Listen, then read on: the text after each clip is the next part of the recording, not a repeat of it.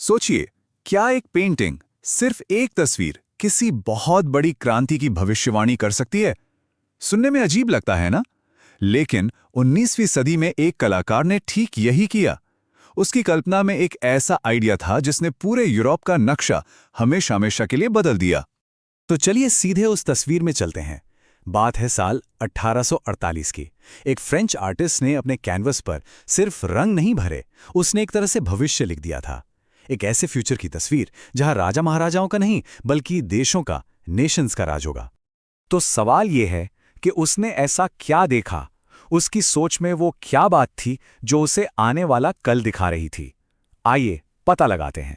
ये सपना देखा था एक आर्टिस्ट ने, नाम था फ्रेडरिक सोरियू। और ये कोई मामूली सपना नहीं था, ये एक यूटोपियन सपना था। साल था 1848 और उनका ये काम इतिहास का एक अहम हिस्सा बन गया। अब देखिए, सोरियू सिर्फ एक पेंटर नहीं थे, उनकी सोच बहुत बड़ी थी। उन्होंने 4 प्रिंट्स की एक पूरी सीरीज बनाई और जानते हैं उसमें क्या दिखाया? एक ऐसी दुनिया जो राजाओं की नहीं बल्कि डेमोक्रेटिक और सोशल रिपब्लिक्स की हो, मतलब लोगों की सरकार। और इसी सीरीज का जो पहला प्रिंट है ना, जिस पर आज हम बात करने वाले हैं, उसमें यूरोप और अमेरिका के लोग एक लंबे से जुलूस में साथ चल रहे हैं। पर रुकिए, ये सिर्फ एक जुलूस की तस्वीर नहीं है, ये तो सिंबल से, इशारों से भरी हुई है। तो चलिए एक जासूस की तरह इन छिपे हुए सुरागों को डिकोड करते हैं, क्योंकि ये सुराग हमें एक बहुत बड़े बदलाव की कहानी सुना रहे हैं। पेंटिंग के सेंटर में देखिए, एक महिला की मूर्ति है। यह है आजादी का प्रतीक। उसके एक हाथ में है टॉर्च ऑफ एनलाइटनमेंट, यानी ज्ञान की मशाल, जो सदियों के अंधेरे को दूर कर रही है। और दूसरे हाथ में charter of the rights of man, सीधा सा मतलब यह ऐलान कि अब सब नागरिक बराबर हैं, कोई छोटा बड़ा नहीं। और अब जरा नीचे जमीन पर नजर डालिए, दिख रहा है राजाओं के टूटे फूटे ताज, उनके राजदंड सब बिखरे पड़े हैं। सूर्य का एक बहुत पावरफुल मैसेज था कि अब राजाओं का यानी एब्सोल्यूटिस्ट रूल का जमाना खत्म। और सबसे कमाल की बात क्या है? इस जुलूस में कोई भी अपने राजा के झंडे के नीचे नहीं चल रहा है। नहीं, हर ग्रुप की अपनी अलग पहचान है, अपना झंडा, अपने कपड़े। ये एम्पायर्स नहीं है, ये नेशंस हैं।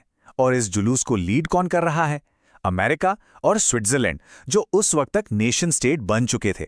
और उनके ठीक पीछे फ्रांस, जर्मनी, ऑस्ट्रिया सब अपनी बारी का इंतजार कर रहे हैं।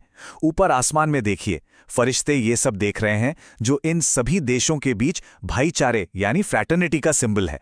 तो अब आप समझ रहे हैं, ये पेंटिंग सिर्फ एक आर्ट पीस नहीं थी, ये एक बहुत ही पावरफुल पॉलिटिकल आइडिया का चेहरा थी। एक ऐसा आइडिया जिसने यूरोप को हमेशा के लिए बदल दिया, और वो था राष्ट्रवाद यानी नेशनलिज्म। 19वीं सदी की कहानी असल में इसी ताकत की कहानी है। नेशनलिज्म एक ऐसी फोर्स बनकर उभरा जिसने यूरोप की पॉलिटिकल और मेंटल दोनों दुनियाओं को पूरी तरह से बदल डाला। यह सिर्फ एक आइडिया नहीं था, यह एक जुनून था, एक आंदोलन था। अच्छा, तो ये नेशनलिज्म या राष्ट्रवाद है क्या चीज? बहुत सिंपल शब्दों में समझें तो ये एक यकीन है, एक ऐसा विश्वास कि जिन लोगों की पहचान, इतिहास या कल्चर एक जैसा हो, उन्हें मिलकर अपना एक आजाद देश बनाना चाहिए, एक नेशन स्टेट। तो इस आइडिया का नतीजा क्या निकला? जमीन पर क्या बदला? नेशनलिज्म की वजह से एक बहुत बड़ा पॉलिटिकल शिफ्ट आया। जो बड़े बड़े साम्राज्य थे वो टूटने लगे और उनकी जगह लेने लगे नेशन स्टेट्स। ये जो बदलाव था वो बहुत बड़ा था। देखिए, पहले क्या था? बड़े बड़े एम्पायर्स थे, एक राजा होता था और उसके नीचे अलग अलग पहचान वाले बहुत सारे लोग रहते थे। सबकी लॉयल्टी किसके लिए होती थी? राजा के लिए। लेकिन नेशनलिज्म ने इस पूरे सिस्टम को बदल दिया। अब आया मॉडर्न नेशन स्टेट का कॉन्सेप्ट। यहां पर शासन किसका है? नागरिकों का। और इन नागरिकों की एक कॉमन पहचान है। तो अब लॉयल्टी राजा से शिफ्ट होकर नेशन यानी देश के लिए हो गई, और पावर भी किसी एक खानदान के पास नहीं बल्कि एक डिफाइंड टेरिटरी पर सेंट्रलाइज हो गई। तो इस पूरी प्रक्रिया का फाइनल प्रोडक्ट था नेशन स्टेट, एक ऐसा देश जहां सिर्फ राजा रानी नहीं बल्कि ज्यादातर नागरिक, मेजॉरिटी ऑफ सिटीजन्स, एक कॉमन आइडेंटिटी और एक शेयर्ड हिस्ट्री फील करते थे। लेकिन यहां एक बहुत इंटरेस्टिंग सवाल है, ये जो कॉमन आइडेंटिटी की फीलिंग है, ये आई कहां से? क्या ये हमेशा से थी? नहीं, इसे बनाया गया था, इसे गढ़ा गया था संघर्षों के जरिए, कहानियों के जरिए। एक बात कही जाती है, ये जो एकजुटता की भावना है ना, ये हमेशा से नहीं थी, इसे गढ़ा गया था। और ये बहुत पावरफुल बात है। इसका मतलब है कि नेशनल आइडेंटिटी कोई नेचुरल चीज नहीं है जिसे हम लेकर पैदा होते हैं। ये एक प्रोसेस है, इसे बनाया जाता है। तो फिर इसे गढ़ने की रेसिपी क्या थी? इसके इंग्रेडिएंट्स क्या थे? इसमें कई चीजें शामिल थीं, जैसे कॉमन स्ट्रगल्स यानी मिलकर किए गए संघर्ष, एक शेयर्ड हिस्ट्री की फीलिंग, लीडर्स के काम, और हाँ, सबसे जरूरी, आम लोगों का एक्शन, उनकी भागीदारी। तो चलिए अब सारे डॉट्स कनेक्ट करते हैं।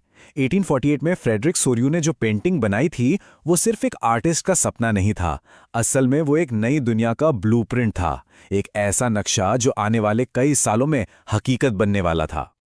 और ये सब हमें आज एक बहुत जरूरी सवाल पर लाकर खड़ा कर देता है। अगर उस जमाने में देश संघर्षों और साझे इतिहास से बनते थे, तो आज के इस कनेक्टेड वर्ल्ड में एक देश को देश क्या बनाता है? क्या चीज है जो लोगों को एक साथ बांधती है? शायद इस सवाल का जवाब सोर्यू की पेंटिंग से भी कई ज्यादा कॉम्प्लेक्स है।